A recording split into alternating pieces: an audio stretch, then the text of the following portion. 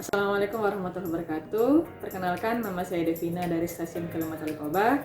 Pada kesempatan kali ini saya akan mempresentasikan tentang review jurnal internasional yang sudah saya pilih yang berjudul Spatial and Temporal Changes in the Normalized Different Vegetation Index and its Response to Climate Change in Province Shaanxi in China.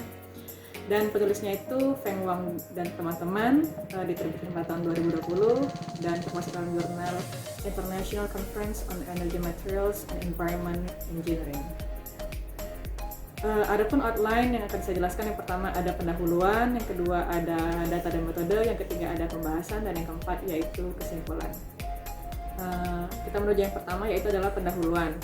Seperti kita tahu bahwa dampak pemanasan iklim itu berbeda-beda di setiap daerah dan ataupun antar wilayah, dan salah satunya Provinsi Shaanxi itu memiliki 3 zona iklim yang berbeda serta 3 wilayah yang memiliki bentuk lahan yang berbeda. Oleh karena itu, dengan lokasinya yang unik, peneliti Feng Wang melakukan pembelajaran untuk mengetahui perubahan vegetasi darat serta pengaruh iklim di dalamnya.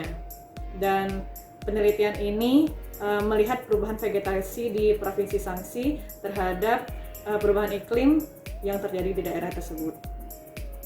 Adapun data dan metode yang diperlukan, yang pertama yaitu ada data GIMMS NDVI dari tahun 1982 sampai 2015 dengan resolusi spasial 5 km dan resolusi temporal 15D dalam bentuk tahunan. Kemudian yang kedua adalah data interpolasi suhu udara dan presipitasi dalam bentuk tahunan yang diunduh dari platform Awan Data Sumber Daya dan Lingkungan Akademi Sains Cina. Selanjutnya, metode yang digunakan itu adalah metode regresi linear dan uji F, koefisien korelasi, dan uji T untuk analisis. Lanjut untuk hasil, yang pertama ada perubahan secara temporal untuk NDVI. Rata-rata NDVI di Provinsi Shaanxi dari tahun 1982 sampai 2015 yaitu adalah 0,6728. Kemudian nilai rata-rata dari tahun 2008 sampai 2015 sebesar 0,7142, yaitu lebih tinggi dari rata-rata pada umumnya sekitar 6,16% dari rata-rata selanjutnya.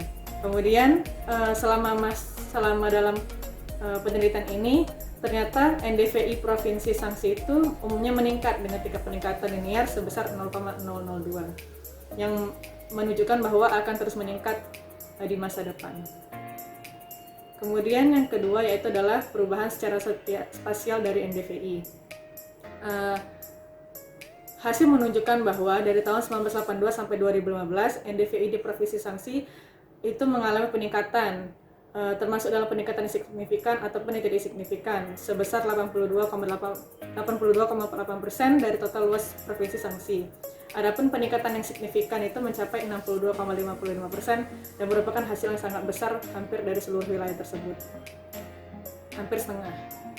Kemudian yang kedua yaitu adalah area reduksi atau penurunan NDVI yang kategori pengurangan signifikan dan tidak signifikan menyumbang sebesar 17,52% dari total luas Provinsi Shaanxi. Dan area yang mengalami pengurangan signifikan terhitung sebesar 5,68%. Dan dari pengurangan ini juga mencerminkan bahwa peningkatan itu terjadi di seluruh daerah Provinsi Shaanxi. Adapun yang kedua adalah hubungan antara korelasi NDVI dan suhu udara. Bisa kita lihat bahwa untuk korelasi NDVI dan suhu udara bernilai positif terhitung dengan nilai 75,82%, artinya memiliki korelasi yang sangat besar dengan korelasi positif yang signifikan sebesar 22,55% yang terkonsentrasi di daerah marginal utara dan selatan Provinsi Shaanxi. Kemudian untuk korelasi negatifnya itu memiliki nilai yang lebih rendah dengan nilai 24,18% dari seluruh daerah, dan untuk nilai signifikannya sebesar 3,96% yang terkonsentrasi di daerah Guangzhou di Provinsi Shaanxi Tengah, terutama di sekitar Xi'an, ibu kota Shaanxi. Adapun ini merupakan jurnal pendukung dari penelitian ini bahwa memang benar vegetasi itu salah satu indikator yang sensitifnya itu adalah perubahan iklim. Seperti yang kita tahu bahwa nilai NDVI itu mengalami peningkatan hingga tahun 2015. Dan yang kedua, dari jurnal pendukungnya itu, dalam penelitian Feng Wang ini menggunakan referensi dari jurnal pendukung ini dari segi metode, yaitu trend analysis dan UGF, serta menggunakan koefisien korelasi dalam mengetahui signifikan atau tidak signifikannya secara parsial. Adapun parameter yang digunakan juga memiliki parameter yang sama, yaitu curah hujan dan temperatur. Kesimpulan yang kita dapatkan dari jurnal ini yang pertama adalah hasil penelitian menunjukkan bahwa NDVI di Provinsi Shanxi itu meningkat secara signifikan dan linier dari tahun 1982 sampai 2015, khususnya pada tahun 2008 hingga 2015. Untuk peningkatan signifikan itu terutama terjadi di daerah bagian utara dan tenggara Provinsi Shanxi. Kemudian untuk penurunan NDVI yang secara signifikan itu terjadi di wilayah bagian selatan. Hal itu dikarenakan karena kondisi iklim yang lebih hangat dan lebih kering. Kemudian di dataran tempatnya itu terdapat di Guangzhou Tengah. Selain itu, faktor yang mempengaruhi adalah aktivitas manusia dan penurunan curah hujan yang memegang peranan yang sangat penting. Oleh karena itu, itulah kesimpulan dari presentasi yang akan saya sampaikan. Yang telah saya sampaikan, lebih dan kurang saya mohon maaf. Wassalamualaikum warahmatullahi wabarakatuh. Adapun pertanyaan dari Mbak Normi, yaitu staf stasiun klimatologi Koba, yang menanyakan apa saja faktor yang mempengaruhi keanekaragaman vegetasi di suatu daerah. Menurut saya, faktor-faktor yang mempengaruhi vegetasi di suatu daerah yang pertama adalah faktor iklim. Biasanya suatu daerah yang memiliki iklim tropis akan memiliki keanekaragaman vegetasi yang lebih luas. Adapun yang faktor kedua yaitu adalah faktor kesuburan tanah. Apabila suatu tanah itu subur, maka akan lebih banyak tumbuhan yang akan tumbuh. Kemudian faktor yang ketiga adalah faktor elevasi. Tinggi rendahnya suatu daerah itu mempengaruhi banyak dan jenis-jenis tumbuhan ataupun flora fauna yang ada di sana. Contohnya, tinggi tempat suatu daerah dapat mempengaruhi suhu, kelembapan di suatu tempat.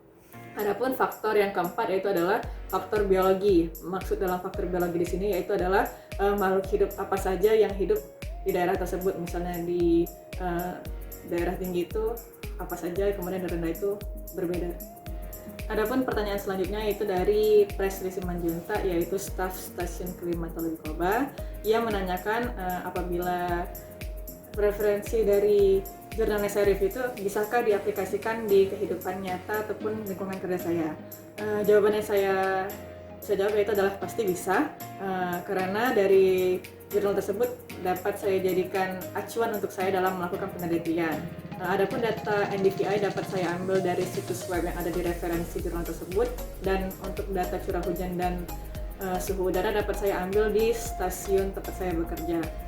Adapun tujuan dari penelitian yang akan saya lakukan yaitu untuk dapat melihat perubahan vegetasi setiap tahunnya dan pengaruh perubahan iklim terhadap perubahan vegetasi tersebut, sehingga di masa depan nanti kita dapat melakukan adaptasi dan mitigasi yang dapat dijadikan kebijakan bagi pemerintah dalam mengambil keputusan ke depannya. Terima kasih. Baiklah, terima kasih kepada teman-teman dan rekan-rekan sekalian yang sudah berpartisipasi dalam penjelasan review jurnal saya kali ini. Akhir kata, saya ingin mengucapkan terima kasih, dan walaupun di masa pandemi seperti ini, kita tetap melakukan 3M, yaitu mencuci tangan, menjaga jarak, dan memakai masker. Tetap semangat dalam menjalankan aktivitas. Wassalamualaikum warahmatullahi wabarakatuh.